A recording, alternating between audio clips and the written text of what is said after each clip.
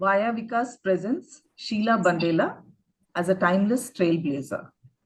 Sheela is a remarkable woman who exemplifies resilience, independence, and the power of positive living. Facing sudden loss, she refused to be defined by grief, instead, choosing to rebuild her life with strength and determination. Living alone but never lonely, Sheela has crafted a fulfilling life on her own terms, embracing independence, prioritizing health and fitness, and staying socially engaged. She is a firm believer in the importance of awareness, self sufficiency, and lifelong learning. A true inspiration, Sheela is living proof that age is no barrier to happiness, confidence, and an active, independent lifestyle. Let's hear her story. Welcome, Sheela. Hello. Thank you. Thank you for your kind words. Let us start with your life as the wife of an Air Force pilot. The defense life has some memorable times and unique set of challenges. Can you share some of your most memorable experiences from that phase of your life? Yeah, I think when I got married to the Air Force, I came from a civil background, but I really liked it when it was my first posting in Jamnagar. And what I liked most was you can go to, and it's very, especially in the fighter squadron, it's a very like family sort of a life. You know, they treat you as a bride and they treat you like one of their part. And you could go to anybody's house anytime and they will welcome you with food and with drinks. Nobody minded. What I liked was everybody used to be very friendly. First posting, everybody was very friendly, and they treated as a part of the family. And anybody could go to anybody's house anytime, and nobody would refuse food or nobody would refuse any drink or whatever it is. You know, they are always welcome. You know, and the bachelors, they would come to my house at 12 o'clock, 1 o'clock, demand coffee, and I would be very happy about it. You know, like it was very nice. And what I liked was, like, every place you go, you find different culture, different people, and different food habits. But it's a big learning process. You learn to like adjust according to different people belonging to different places in India. It's like a mini India, basically, wherever I've lived. So I really liked it. And yeah, and another thing was like I really like the fact that how these daredevils, fighter pilots used to fly, you know, without thinking of tomorrow or anything. You know, I really like it. That's the thing. Nothing much as such. Mhm. Were any of your postings in challenging places or? Yeah, it was like once I got posted to Gorakhpur, a place, you know, and we never got a house and we were living in some civil area and all that, you know. So it was like a little difficult for us to adjust. In fact, every posting we have at least 2, 3 shift. In those days, we used to have 2, 3 different places. And another challenge is when my husband got posted to Assam, and that time I came to know about freedom. It was insurgency time, and I didn't join in. But during that time, I came to know about freedom. Like, we were not allowed to go outside the camp without a security and without anything. So then I realized what freedom is. Here we can travel anywhere without any security, go to any place. And over there, everywhere we had to go with a security guard. We couldn't send our children to any of the normal schools, excepting which the schools were inside the campus. Okay. So that was really this thing, you know, a little, what I'll say, like you could not, I mean, really came to know about freedom. That's it. And you took up teaching right from the Yeah. beginning or after some time? Yeah. I did my B.Ed after wedding because those days there was no online jobs and things like that. So I thought there has to be something more to life than just making food and all every day. So I thought, what should I do? And there were hardly any openings for the ladies because of the frequent transferable jobs. So I did my B.Ed and I thought I started teaching. And after that, I enjoyed teaching. That also is there. Bangalore was your last post, was your husband's last posting? Yeah. Okay, okay. Yeah, right. Let me come to a sensitive topic. Yeah. Losing your husband suddenly in his 60s must have been devastating. So how did you navigate through that phase? Yeah, I'll say it took me a long time because as everyone, I never expected this to happen. And even when I was taking him to the hospital, I never thought that I won't come back without him from the hospital.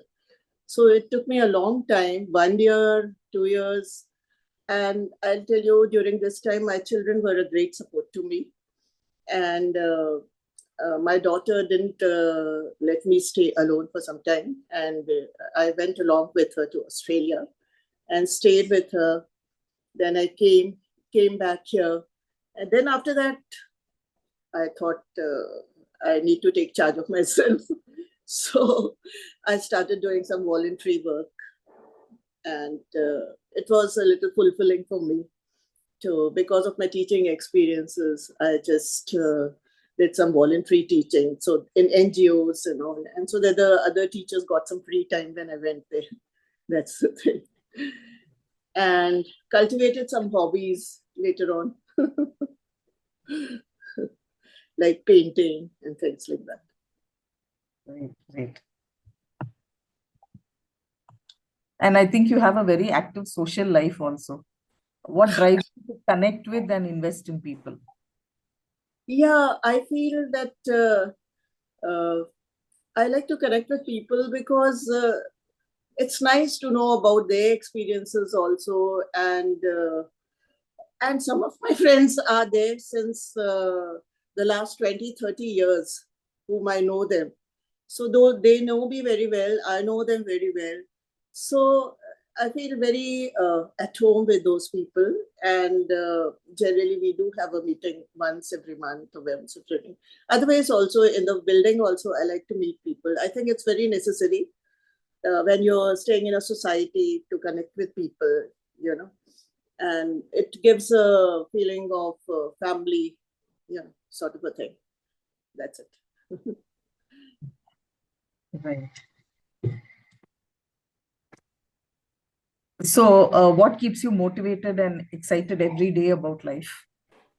uh, every day, just think in the morning when you get up, you think that you are alive. That's also one big thing, one big thing to keep. And I always feel, like it's good that like it's not the big things which keep you motivated. It's the small things. You go out, you go meet people, you go for a walk, or that also gives me a lot of peace. Reading newspapers, or just taking each day for a day, like not thinking of tomorrow. That also keeps me happy. Right. Um, uh, I wanted to ask you about your financial awareness Yeah. and how crucial it is for women, especially seniors, to have that. Yeah, definitely. It is very important to know about your finances. And actually, my husband always encouraged me to go to the bank and look how much money you have in the bank and things like that.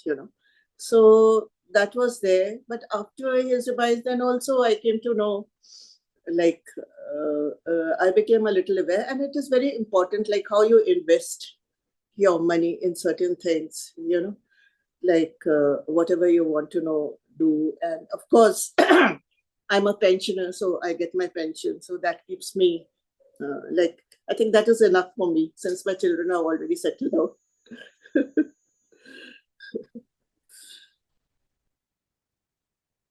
What part does physical fitness play in your life, Sheela? Yeah, definitely. It plays a very important part in my life. And I feel we all seniors should look after our fitness, because after all, if we don't look after ourselves, who will look after ourselves? So earlier I used to go for yoga. Something or the other I like to do, whether it is yoga for some time, then after that I started going for walks, stopped yoga because I keep changing also. I think because any one thing gets monotonous.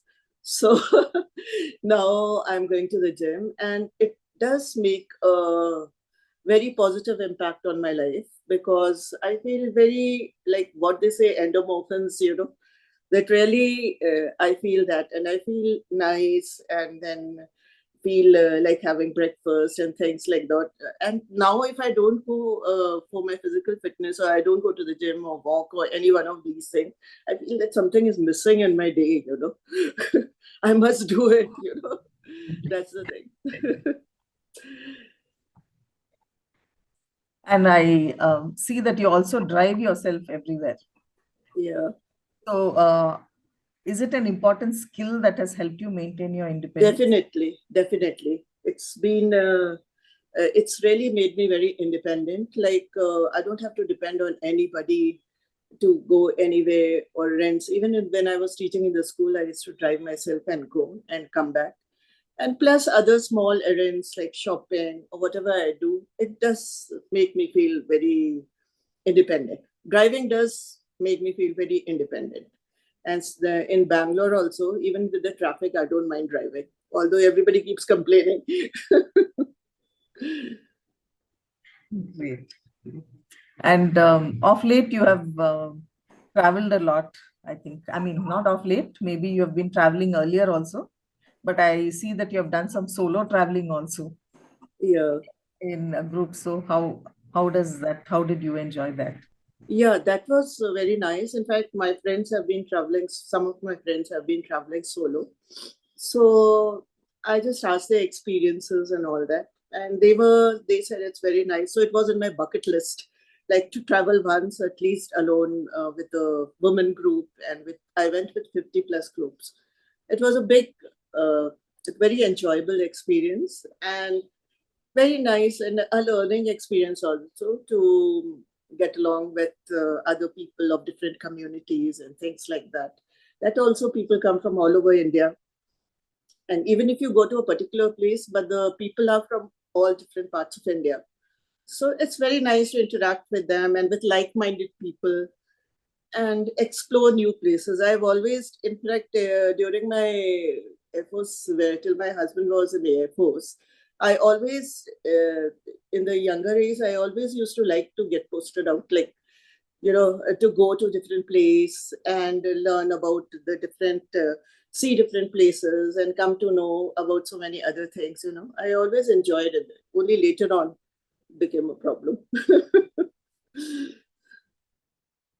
So how do you enjoy traveling to your children's countries? I mean, they're both in Yeah, different. that's also very nice to go to my children's place. In fact, every year I plan a trip to either Australia or Berlin, to my daughter's place or to my son's place. And it's very nice to stay with them, to come to know how they are living their life, and to interact with spend some time with the grandchildren. That's also very enjoyable. In fact, I come to know about their friends also, and now I'm making frequent trips, so all their friends know me also. So all of them, when I go, they all come and interact with me, and it's nice to come to know what the youngsters are doing, and how they pass their time and how work oriented they are. That's great. So, Sheila, what is your advice to senior women? Any advice you I would like? don't think so. I'm a very adapt person to give that advice, but from my own experience, I feel that everybody, all the senior ladies, should become independent. At least they should be financially independent, and look and in fact look after their health, the first and foremost, and develop some hobbies also, which keeps them motivated. And of course, look after their health, and physical fitness should be a priority, senior level.